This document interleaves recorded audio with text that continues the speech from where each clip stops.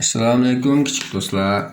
Hozir sizlarga o'qib beradiganimiz Kichik Pistak rasmli kitoblar majmuasidan Pilchoqning cho'ng tavakkulchiligi. Tarjima qiluvchi Farida Mehmet. Qumluq chashqinining o'nkiri oxiri bitibdi. Pilchoq uning bu uyini ko'rgil kepti.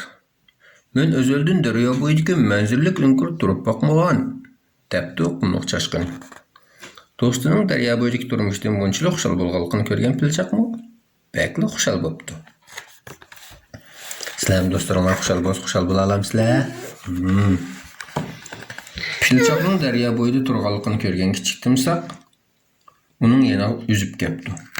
Pilchoq, men bir o'yin seni shundoq mazoq qilgan edim. Sen mendan xafami? deb so'rabdi kichik timsoq. Men allaqachon unutib ketgan, debdi Pilchoq. Agar sen menga do'stona muomala qilsang, menmi albatta sen do'stona muomala qilaman. Bundoq bo'lsa yaxshi, debdi kichik timsoq.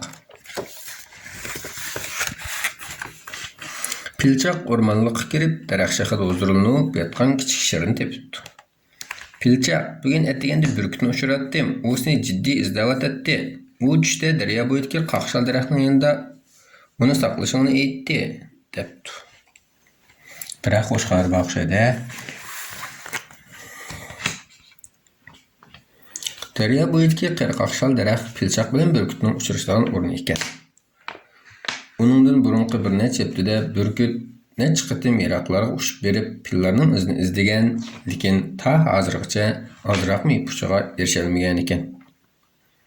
Pilchoq qaqshal daraxtning yoniga borganda burkut havoda parvoz qilib cho'g'layotgan ekan. Bu qatim burkut qanday xabar olib kelar?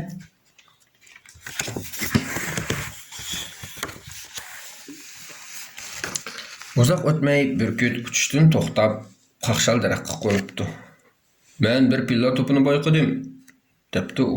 Bu gapni anglab Pilchoq hayajonlanganidan ko'zlari chekchiyib ketdi. Qayerda ekan? Bu yerda yiroqmikan? deb so'rabdi u. Intoyin yiroq. Bu yerning g'arbida, mushu daryoning tuvan yaqinidagi ayloqda ekan. Mangsa oz degandim 3 kun ketadi, debdi burkut. Pilchoqning ota-onasi oshadimdi-a? Pilchoq darhol ayol bigmatlarning yoniga yugurib berib, burkutning pil to'pini topganligini xabarini ularga aytibdi. U yana bugunli o'z ota-onasini izlash uchun yo'lga chiqadiganligini debdi. Ayol bigmat Pilchoqning amon bir kuni o'z ota-onasini izlab ketadiganligini biladi ekan. Pilchoqning bu gapini anglab, boshda ular ozroq azoblanibdi. Chunki bu bek tuyuqsiz bo'lgan ekan. Lekin ular Pilchoqni o'zlari bilan birga turmushga bindirish kerak-da. Ota-onamni topgandan keyin men sizlarni ko'rgil kelaman, deb ularga va'da beribdi Pilchoq.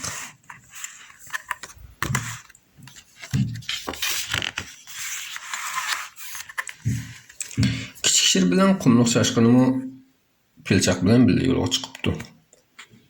Odam ko'p bo'lsa, kuch zo'r bo'ldi emasmi? Shunama degandik qo'y, yolg'iz bo'lsa haqlar bo'z ketdi. Adishinglar bo'lsa, shunama meni qo'ysanglar hech kim bo'z ketmaydi degan shoma uchaylan birga chiqibdi. Timsoqning birga yo'lga chiqib to'yotgan bular shunama.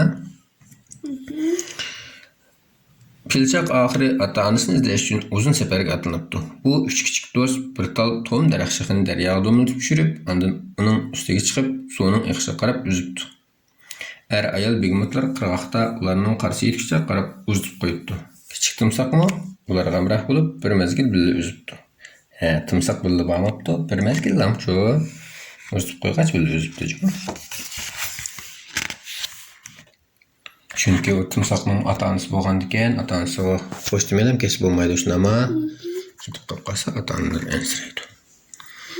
Burkut ular bilan birga bormabdi. Aslida u oldin qatim Iroqqa chiqqan chog'da tog' orasidagi bir burkut xinim bilan tanishib qolgan ekan. Endi uning bilan to'y qilmoqchi ekan. Pilchoq qumluq chashqini va kichik shirlar daraxt olida o'ltirib, suvning iqish yo'nish bo'yicha bir necha soat laylab minibdi. Başta bu sefer xil o'ngishli bo'pti, lekin kun tushib bo'lganda suvning iqimi tuyuqsiz tizilishib ketdi. Şu tizişip gitti. Bir iş bulam nime? Wow, şakıratma kırınla. Çıkkılam şakıratma. Bu çağda derya bir şakıratmağa aylanıp kaptı. Şakıratından düşken suunun avazı kulakını yağlayıp yukarı alınıptı. Bu üç dost çıkıp algan derek şakıratından düşüp, üç küçük dost su çöküp gidipti. Su için bilmemiz olmayı demeyede. Siz su için bilir misiniz? Sizce? Yok. Bir gün ona su için bulam da. Yaxşı yeri bularning hech qaysi yaralanmaptı. Kichik şeri pilchoqni qiraqqa atıp chiqaribdi. Endi ular daryoda mashq amalsiz qapti. Pillar to'pi zot qo'yardi-da, oldimizdimi-da.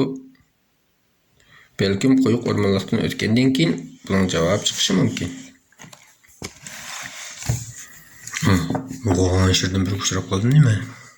O'rmonlikdan tuyuqsiz yo'g'on bir qo'rqinch yo'lbars chiqib ketdi. Ma yo'lbarsmi shermi? Yok. Bu üç küçük dostun özünün təbəyi yıqı yol atmaz. Muş yolbas nime? Muş yolbas.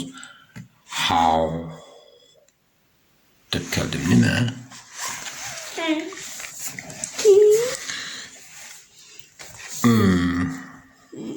Lekin bu üç küçük dostun özünün təbəyi yıqı yol atması üçün ularga qarab nər tartıb, örpüyüptü.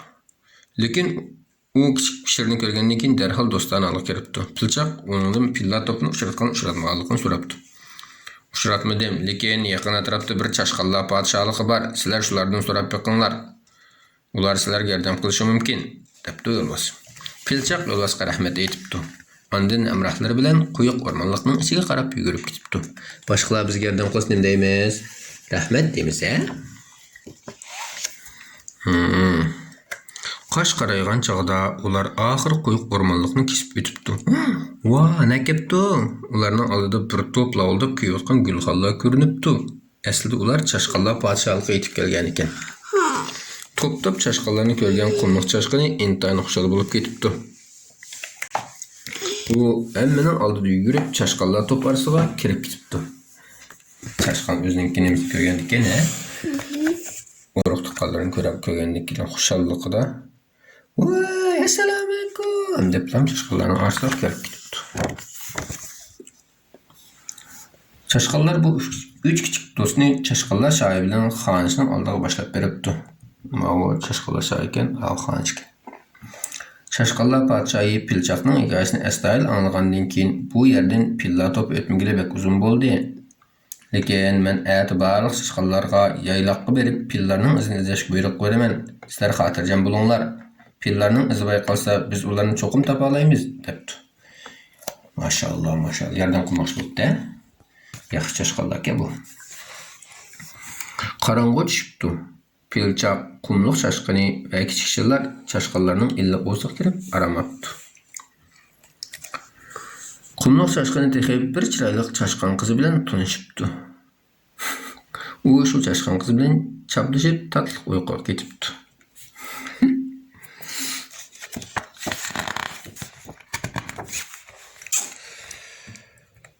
Aks etganlar cho'ng aqtirish boshlanibdi.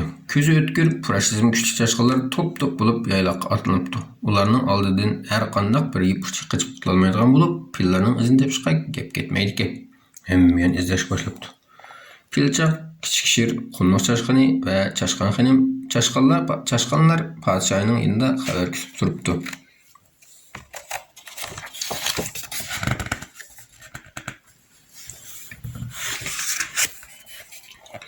Uzoq o'tmayla ular jaranglik bir ovozni anglabdi. Aslida bir chashqan pilning oyoq izini bayqagan ekan.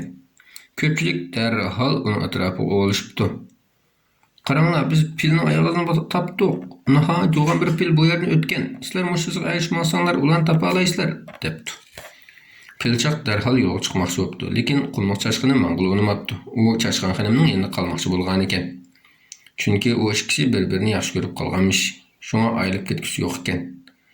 Pilchoq bilan kichik shir ularga baxt tilabdi. Ular chashqanlar bilan qo'shishib, yo'g'on oyoq iziga ergishib, oldiga qarab menib ketdi. Chashqan yangi do'stim bilan tepib, "Sharqalay" deb qapqapti. Xo'sh deb qapqapti chashqan. Shunday ma'lum. Qanchasi qoldi endi? Ishqilam qoldi. Pilchoq Sen ata-ananı topqandan keyin men ailemliklerinin yanına qaytıp kelsin o'ylayotaman, depdi u kichik shir. Ular bu yerdan ancharoq bo'lgan yerda turdi. Tog'ning keyinda. Bu chog'da pilchoqning qulog'iga kichik shirning gapi kirmabdi. U butun zehni bilan quyuq o'tcheplar orasidagi yo'g'on oyoq izi bilan bo'lib ketgan ekan. Tiqtayanda bo'lgandan keyin gap qulog'iga tushmabdi. Ular minibdi. Nihoyat uzoq minibdi. Tuyuqsiz pilchoq yo'g'on bir quram toshning keyinda yumloq kelgan kulrang gavdani ko'rib qopdi. Nima edi u? U ko'ngilda pil, u cho'qim pil deb o'ylabdi. Tumshqani egiz ko'tarib yugurib ketibdi. Nima ekan?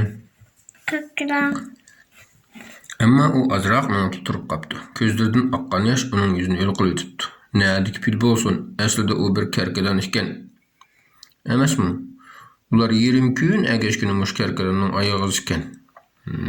Karkadanning oyog'i bilan pilning oyoq izini farqlantirolmay qopqapti-da.